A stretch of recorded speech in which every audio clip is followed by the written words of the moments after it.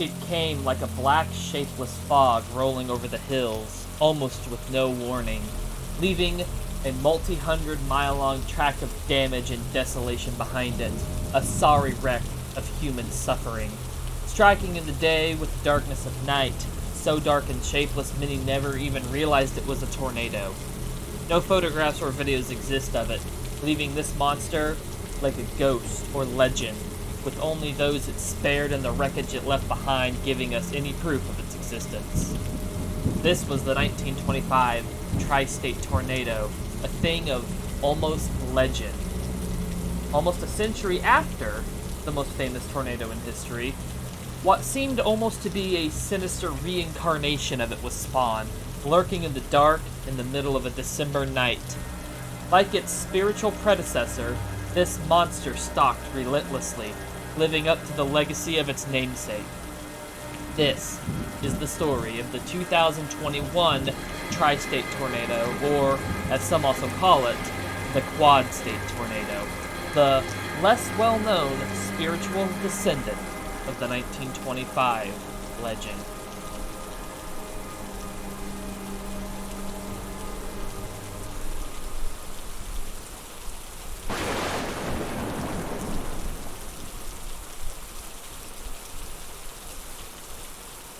The conditions that led to the 2021 Tri-State Tornado began to build up in early December of that year. On December 8th, the United States Weather Agency, the Storm Prediction Center, or the SPC, announced that the Mississippi Valley area was under a slight risk for severe weather. Initial forecasts were uncertain about the actual extent of the severe weather and what it would ultimately be, and on December 9th, the SPC updated their forecast and noted that the possibility of severe weather to occur was now much higher and more certain than it was first thought.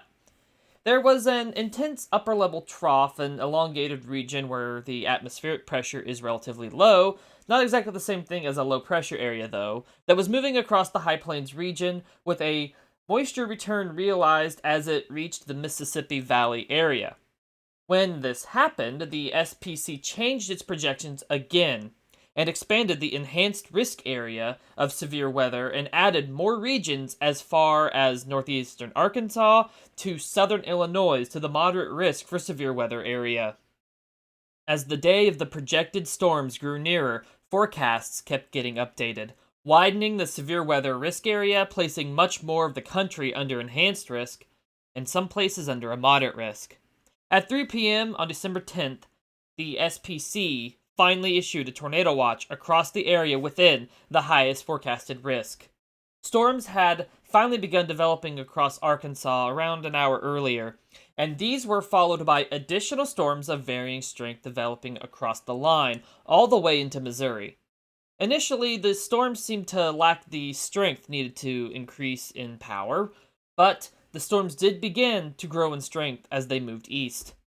One of the storms, which had formed in Arkansas, grew in strength and matured into a powerful, long-lived supercell as it progressed east into an area with the perfect conditions to allow the cell to only gain more and more strength as it continued along.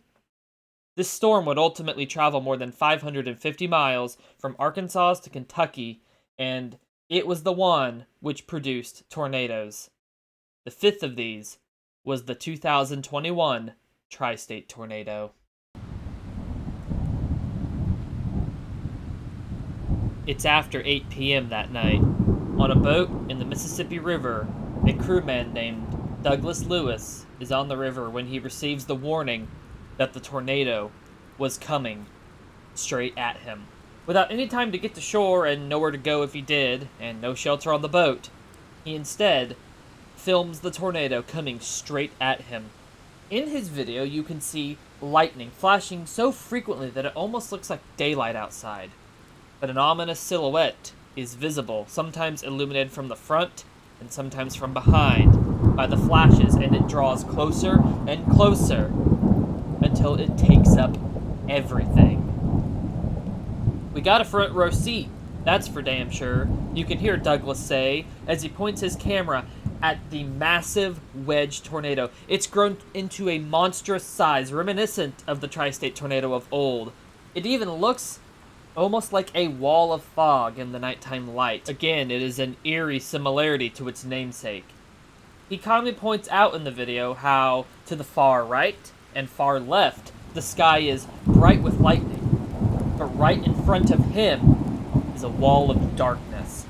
That wall is the tornado. Around this time in the video, you can also start to hear the sound in the distance. That sound almost of a distant jet engine blowing. The tornado then reaches the river, and Douglas and the other crew hurry below decks.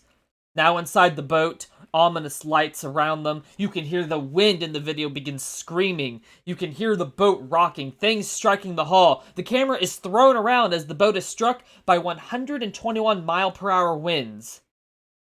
Another nearby boat even picks up the huge tornado on radar, showing what almost looks like a violent hurricane taking up a huge section of the screen. Take a look at the image. Then it's over. The tornado passes Douglas's tugboat, and he and everyone on board survive. They, however, were far from the only ones the tornado had menaced that day. With these videos, sometimes it's almost like a forensic reconstruction of a crime that happened. We see how the killer moved and where they came from and where they went. The tornado first began its journey when it touched down in Craighead County, Arkansas, just north of the city of Bay, a few minutes after 7 p.m. It began as just a weak EF0 tornado, leaving behind minor damage to buildings and some more heavily damaged trees, but as it began to move, passing south of Bowman, it grew to EF1 strength, starting to rip apart and damage roofs, knock down power poles, bend radio antennas, and down large tree limbs and tops. It didn't take long for the tornado to grow to EF2 strength and pass 800 yards in width. It crossed County Road 505 and tracked northeast, ripping roofs off houses now and essentially just deleting power lines, snapping them at ground level like twigs. It only grew stronger, too, passing low-end EF3 strength at 7:23 p.m. At this time, the ever-growing tornado, both in size and strength, was moving through the western and then the northern portions of the city of Monette. Here, there was significant damage reported, including the total destruction of industrial buildings, the death of one person, 20 residents becoming trapped in the rubble of their homes or places of employment, and seriously injuring 5 of these. But this tornado was just beginning, like a stoic kaiju on a rampage with no end. This embodiment of a Lovecraftian monster continued to destroy buildings in town, leaving several with severe structural damage, multiple homes being wiped off the map, and mobile homes being crushed and ripped apart. It also destroyed a neighborhood close to a nursing home, large grain silos, and Highway 139 was rendered completely impassable and completely shut down due to live power lines being down on the road. The tornado retained its low-end EF3 strength as it moved into northwest Mississippi County. At 7:30 p.m., it struck the northern section of the town of Leechville. It crossed AR-77 and ripped a Dollar General apart down to the last brick and nail, even sweeping the building off its very foundation. Metal-framed warehouses were destroyed, semis were thrown like they were children's toy cars, and more homes and mobile homes were leveled. Trees were completely stripped of branches and debarked, too. You'd think that it would be almost over, but no. This tornado was only just beginning. Retaining its strength, this monster would be on the ground for just under an hour and a half. The night was just beginning. It is now 7:40 p.m., and the tornado crossed into its second state, Missouri.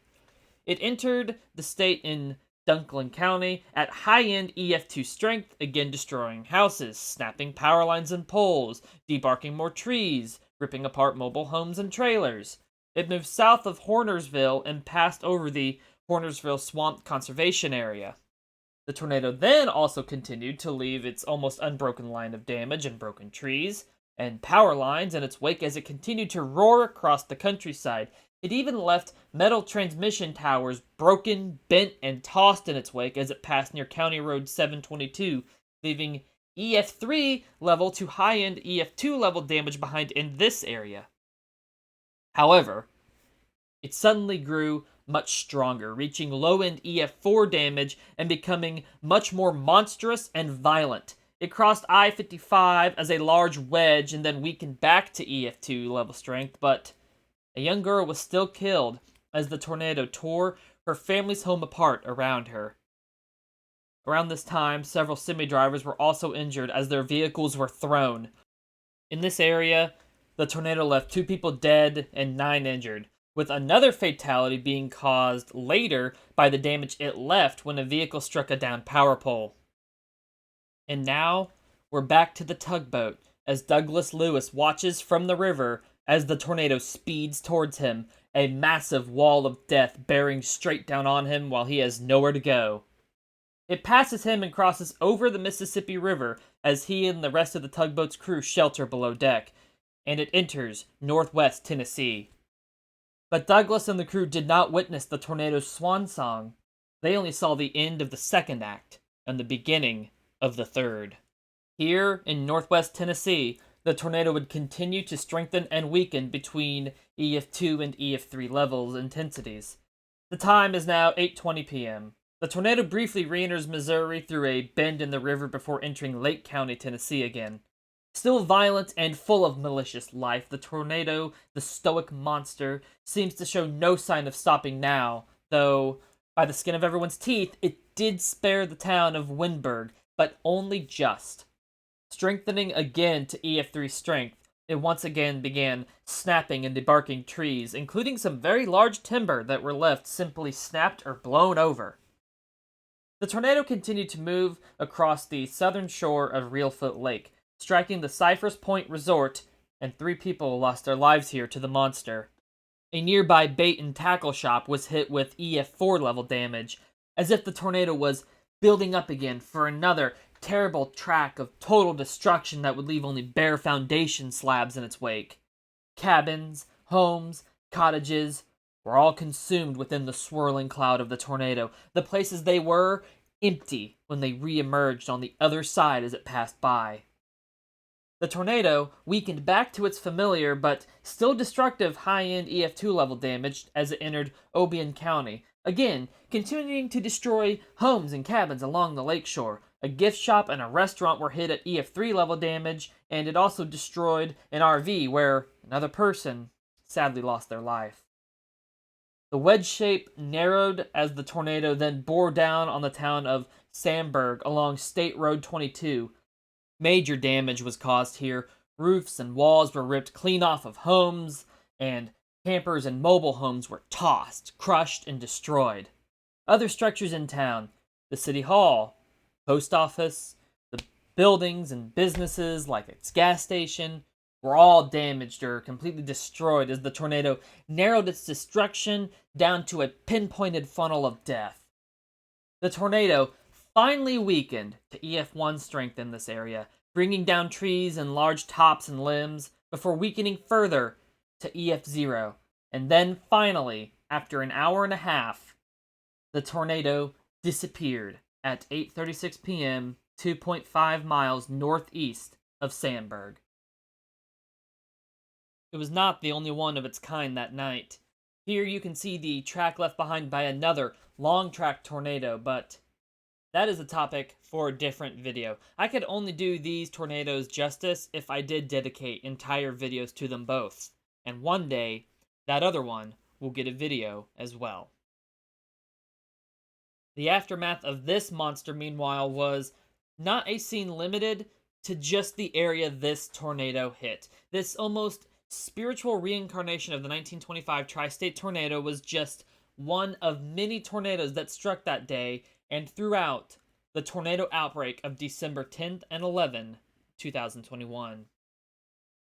This was the deadliest tornado outbreak on record in the month of December, and the 2021 tri-state tornado was just only one part of it, one deadly part of it among the many deadly parts of it. There were 2 long-track supercells that both produced families of strong tornadoes.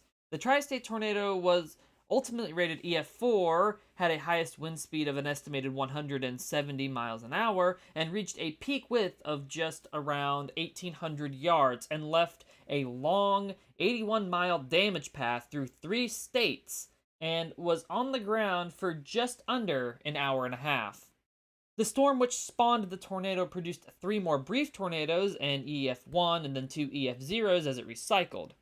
The same storm produced another deadly long track tornado which struck Mayfield, Princeton, Dawson Springs, and Bremen, but that is the one that deserves a whole video itself. Initially, some thought this was the same as the earlier EF4, but no.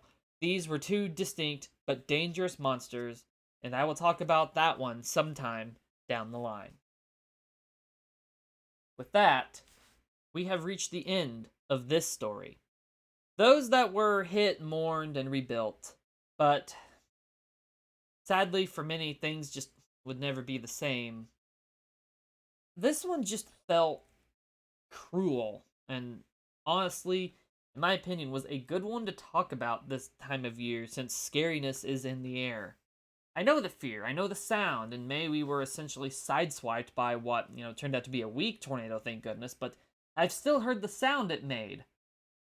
And if you're as interested and captivated as tornadoes as I am, then check out the playlist in the description that has all the tornado documentaries I've made, and some of the videos linked here at the end will give you a broader idea of the kind of topics I cover. And if there is a specific tornado or topic you want to see covered in the future, leave it in a comment, because I do cover suggested topics, and about half the tornado videos I've made have actually been suggested ones that I cover. So like and subscribe as well if this is the kind of content you enjoy and you want to see more of it. It helps me grow and lets me know.